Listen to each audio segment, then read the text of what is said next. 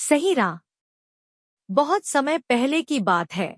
हिमालय की पर्वत श्रृंखलाओं के पास एक छोटा सा गांव था, जिसका नाम था सूरजपुर। इस गांव में एक नेक और दयालु व्यक्ति रहता था, जिसका नाम था हरिशंकर। हरिशंकर हमेशा दूसरों की मदद करने के लिए तैयार रहते थे। उनकी उदारता के कारण सभी गांव वाले उनका बहुत सम्मान करते थे। हरिशंकर के पास एक बेटा था, जिसका नाम मोहन था।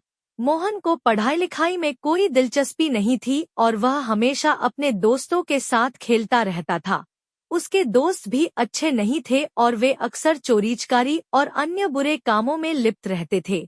हरिशंकर ने कई बार मोहन को समझाने की कोशिश की, लेकिन मोहन ने कभी उनकी बात नहीं मानी। एक दिन मोहन के दोस्तों ने एक बड़ी चोरी की योजना बनाई। उन्होंने मोहन को भी इस योजना में शामिल कर लिया। मोहन ने बिना सोचे समझे हाँ कर दी और चोरी के लिए तैयार हो गया। उन्होंने गांव के सबसे अमीर व्यापारी के घर को निशाना बनाया। रात के अंधेरे में वे व्यापारी के घर में घुस गए और कीमती गहने और पैसे चुरा लिए। लेकिन जब वे भागने की कोशिश कर रहे थे, तभी पुलिस ने उन्हें पकड़ लिया। मोहन और उसके दोस्तों को जेल में डाल दिया गया। जब हरिशंकर को इस घटना के बारे में पता चला, तो उन्हें बहुत दुख हुआ। वे जेल गए और मोहन से मिले। मोहन ने अपने किए पर पछतावा जताया और रोते हुए अपने पिता से माफी मांगी। हरिशंकर ने उसे माफ कर दिया और कहा, बेटा, मैंने तुम्हें कई बार समझाया था कि बुरे संगत से बचो, लेकिन तुमने मेरी बात नहीं मानी। अब तुम्हें अपनी गलती का फल भुगतना पड़ेगा। मोहन ने अपने पिता से वादा किया कि वह अपनी सजा काटने के बाद एक अच्छा इंसान बनेगा।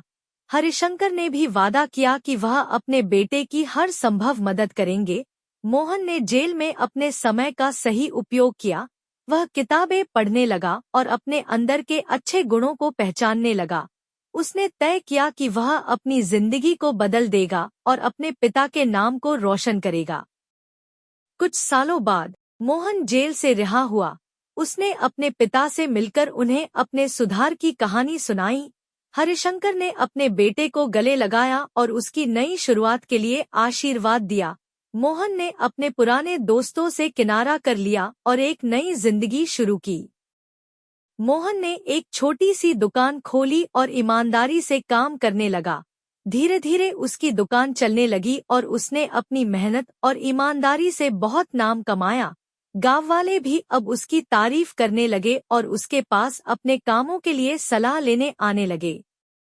मोहन ने अपने पिता के बताए मार्ग पर चलकर अपनी जिंदगी को संवार लिया। उसने अपने अनुभवों से सीखा कि सही राह पर चलने से ही सच्ची खुशी और सफलता मिलती है। उसने अपने जीवन का उद्देश्य दूसरों की मदद करना और समाज में सकारात्मक बदलाव लाना बना लिया। हरिशंकर ने अपने बेटे की इस परिवर्तनशील यात्रा को देखकर गर्व महसूस किया।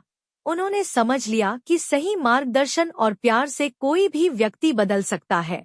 उन्होंने अपने गांव में एक विद्यालय की स्थापना की, जहां मोहन ने बच्चों को पढ़ाने और उन्हें सही मार्ग दिखाने का कार्य किया। गांव वाले भी इस पहल की सराहना करने लगे और हरिशंकर और मोहन की कहानी को प्रेरणा के रूप में देखने लगे। उनकी कहानी से यह सीखने को मिलता है कि सही दिशा, ईमानदारी और मेहनत से ही जीवन में सफलता और संतोष प्राप्त होता है।